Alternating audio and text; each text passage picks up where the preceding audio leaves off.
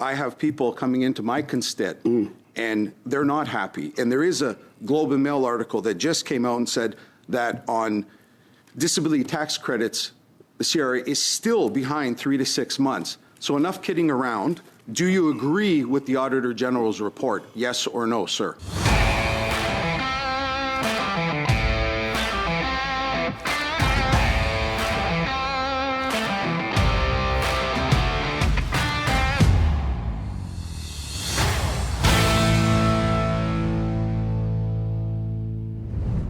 Happy Friday, everybody. Today we learned that the relentless media campaign to sway public opinion on Pierre Poilievre did not have the effect that they intended, and our own MP accomplished what many people have thought was impossible.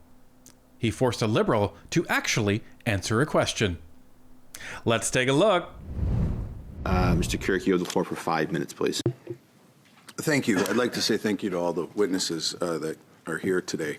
So I'm going to start by tackling something that is, there's theory and then there's reality. So in theory, Secretary Long has already stated that the CRA is operating at a world-class level, smooth sailing moving forward, and he said that the former minister, he agreed that the former minister did a good job.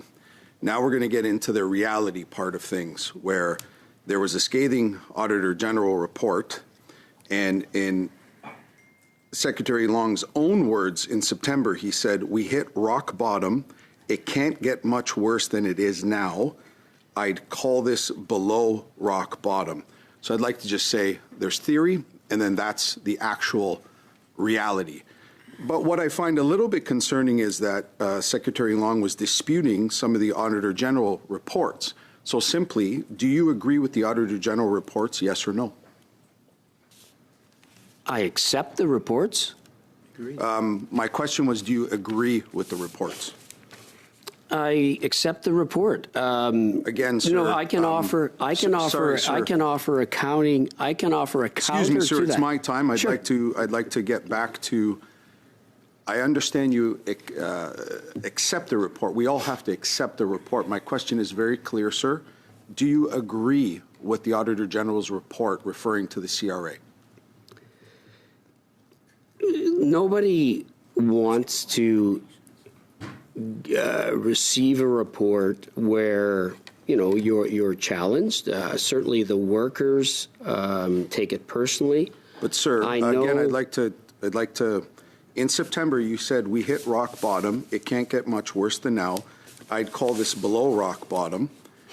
But then you've given us some, world-class smooth sailing moving forward, and you agreed that the former minister did a good job. Then you disputed the report. Again, I would like to ask you, do you agree with the Auditor General's report? I accept the report. Sir, that's not what I'm... Sir, in all due respect, sir, in all due respect. So this is what they do, right? This is what they do over and over and over again. And Wayne Long, this is not his first rodeo as a politician.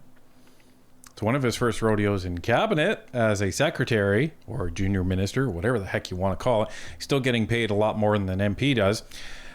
And we covered this. A lot of people covered this, that he was on CTV and went out and said, yeah, we suck. And now all of a sudden we're world class. Pardon me? You're world class? I would love to see the stats that show that you're world class. And we're going to get to stats a little later, folks. But I would love to see the stats that you're world class. But this is what they do when they're challenged on something like this. They're either forced to take a stance that you agree with the Auditor General's findings or you do not. And the Auditor General found that the CRA sucks. Like a lot. So this is Ned Curick trying to get an answer out of Mr. Long. I do respect your position as secretary and that you've been here for 11 years and you are a gentleman. And I do like your opening remarks that you would take accountability and you're forthwith. But please, sir, do you accept the Auditor General's report, yes or no? And yes, I do accept it. Thank you very much, sir. Thank you. Now, do you agree with the report? No, you just asked me if I accepted it, and I And you accept said yes. it. I agree with you that I accept we it. have now established you accept it, so you don't need to say Well, you've that's what you accepted the asked me. report. So I agree with you that I accept it. Do you agree with the Auditor General's report?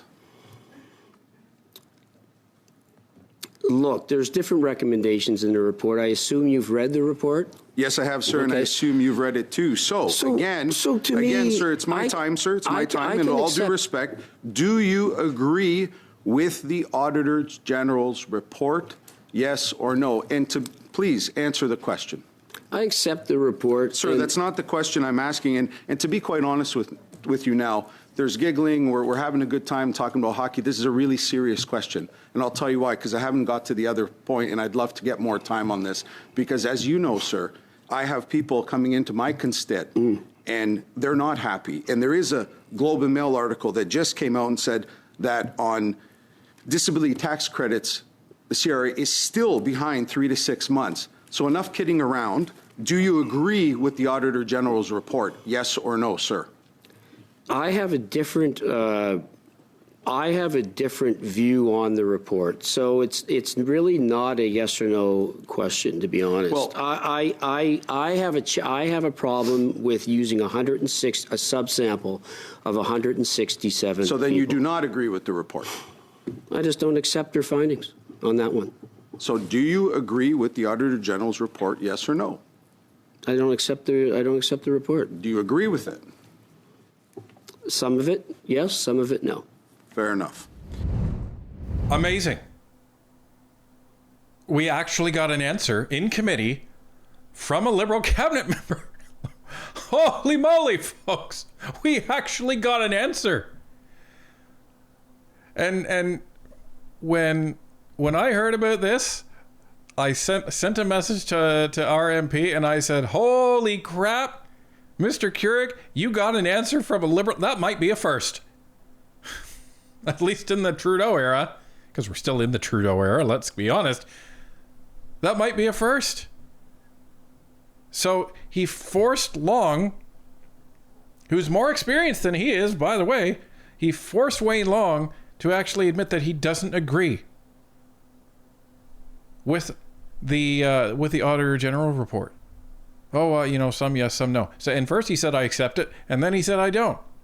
Now, what is so bad in this report, folks? We keep hearing about it. What is so terrible?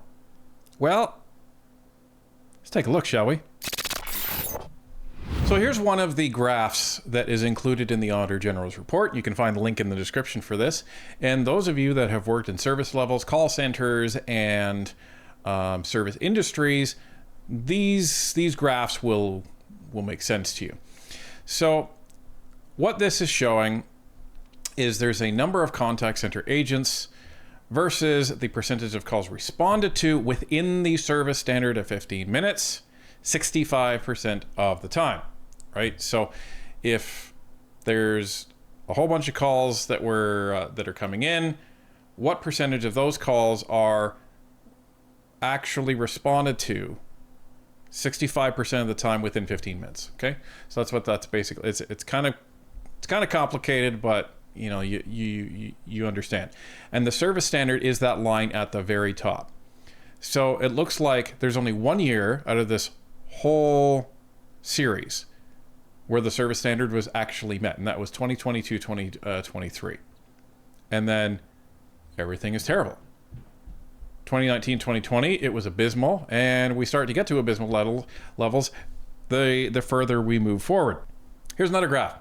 So this is a breakdown of all call times for the calls we made to the Canada Revenue Agency contact centers in minutes. So this was something, because what you're looking at is the first column is the total length of the call that was made. So the average of all those calls that were made, the total length was almost an hour for all of them. That's crazy. The average wait time before reaching an agent was over half an hour, and benefits was 40 minutes, folks. Insane. Average time with an agent, 17 minutes, 16 minutes, 19 minutes, 17 minutes. So an average of 17.3 minutes.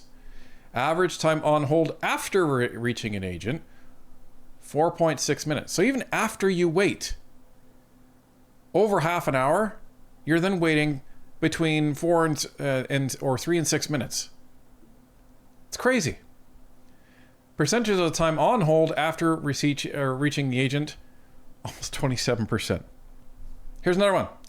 Number of complaints relating to the service provided by the contact centers rose by 145% from 2021-22 to 2024-25. That's astronomical. Now, this is a key graph because this has a lot of data in here. Now, for those of you in the call center industry, you'll recognize a lot of this, but I want to zero in on something called the call abandon rate. This is a key metric for call centers. So call abandon rate benchmarks can vary across industries and depend on factors such as the nature of the business, customer expectations, and the specific goals of the contact center. An acceptable call abandon rate is typically considered to be in the range of 2 to 5%. A rate within this range suggests the contact center is effectively managing call flow, minimizing wait times, and meeting customer expectations. In industries where customer service is a primary focus, such as this one, such as telecommunications or retail, or call abandonment rates at the lower end of the spectrum, closer to 2%, may be more common. So what is a call abandonment? Well, quite simply, it's you call whatever service you're calling. Let's say you're calling Rogers. Let's say you're calling the CRA. And as soon as you hit the call queue, music starts, right? Thank you. Your call is important to us. Da, da, da, da, da, da. Now, in the background, if they actually have a proper system set up, you have a call queue system software that's in place, and it is tracking all of the calls that are actually coming in. So you, being one of the calls, you are in there as a queue. As soon as you enter that, timer starts, right? And it says, okay, call number 344 is in queue. Now, the abandonment is when, and we've all done this, you're like, I don't have time for this. You've already waited 5 minutes, 10 minutes. I give up, click. So call abandonment is when a call comes into the queue, and typically they weed out the calls that come in 30 seconds when they don't get an answer and they hang up. That a lot of that is discarded in the data because you can't expect somebody to pick something up, to pick up a call within like 10 seconds. It's industry wise, it's not really that reasonable. So usually that data is discarded, but typically it's the percentage of calls that come into the queue and the callers hang up prior to actually reaching an agent. That's the call abandonment rate.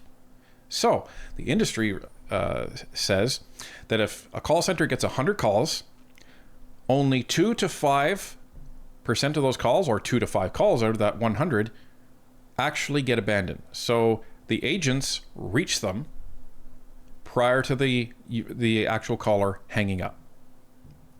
So 2 to 5%. Remember that? Okay. Let's take a look at what the CRA did. So these are the two columns in question that we're looking at, and they have some numbers in it. Now, it doesn't actually say the call abandonment rate, but it is identified, and it's identified right there. So in 2023-24, they had a call abandonment rate of 21%, and in 24-25, 24%.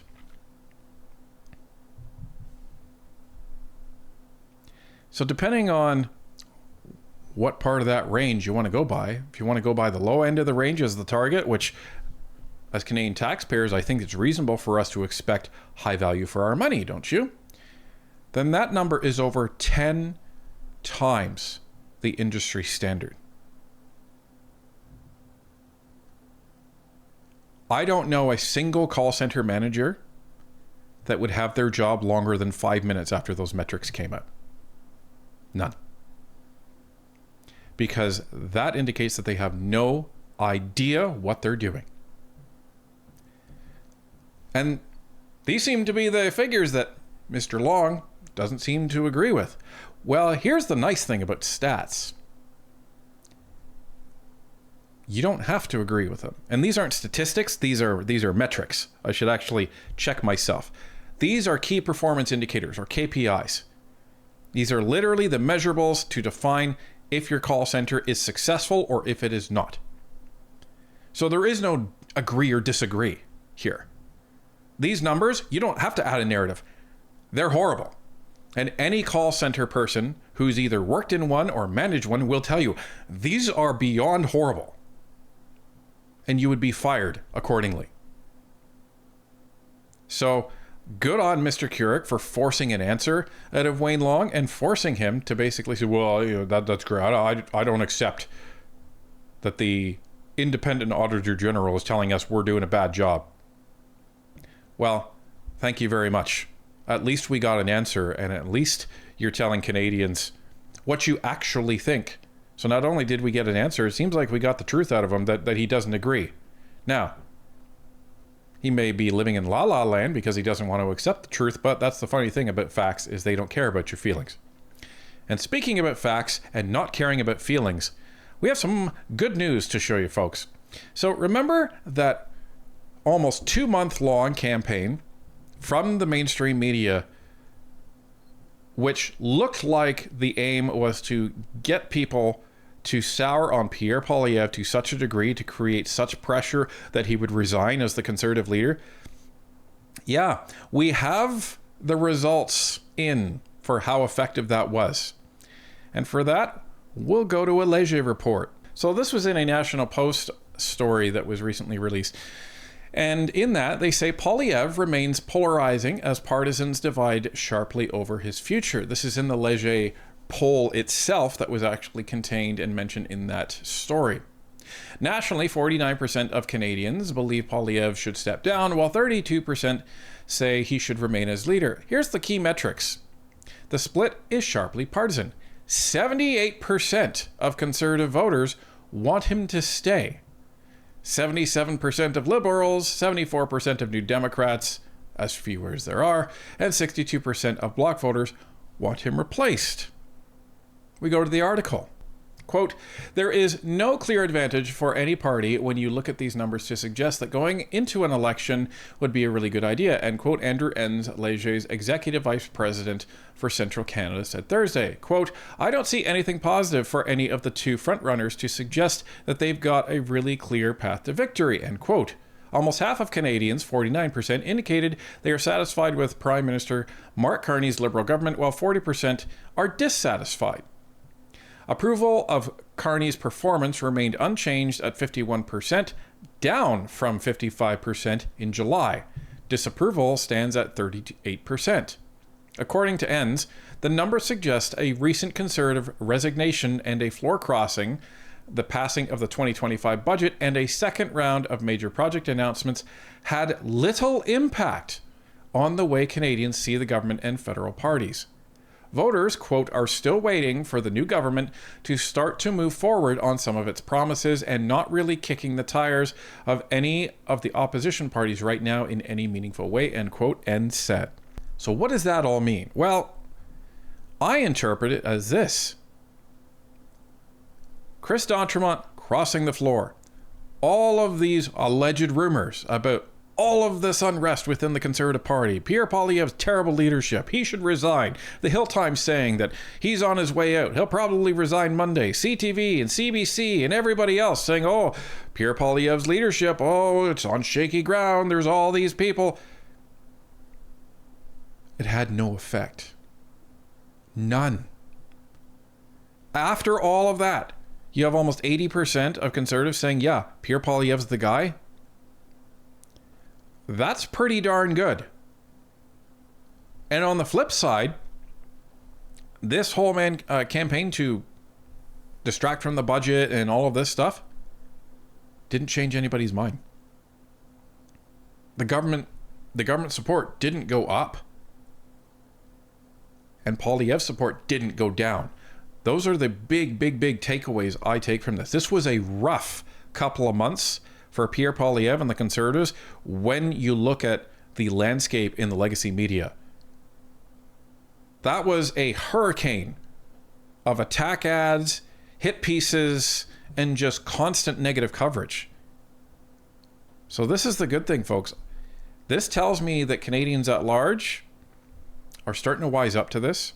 Even though the Liberals still have a bunch of support, I think swing voters are stepping back and saying, something's not right here. Because remember, the swing voters, they don't pay attention like all of us political junkies do.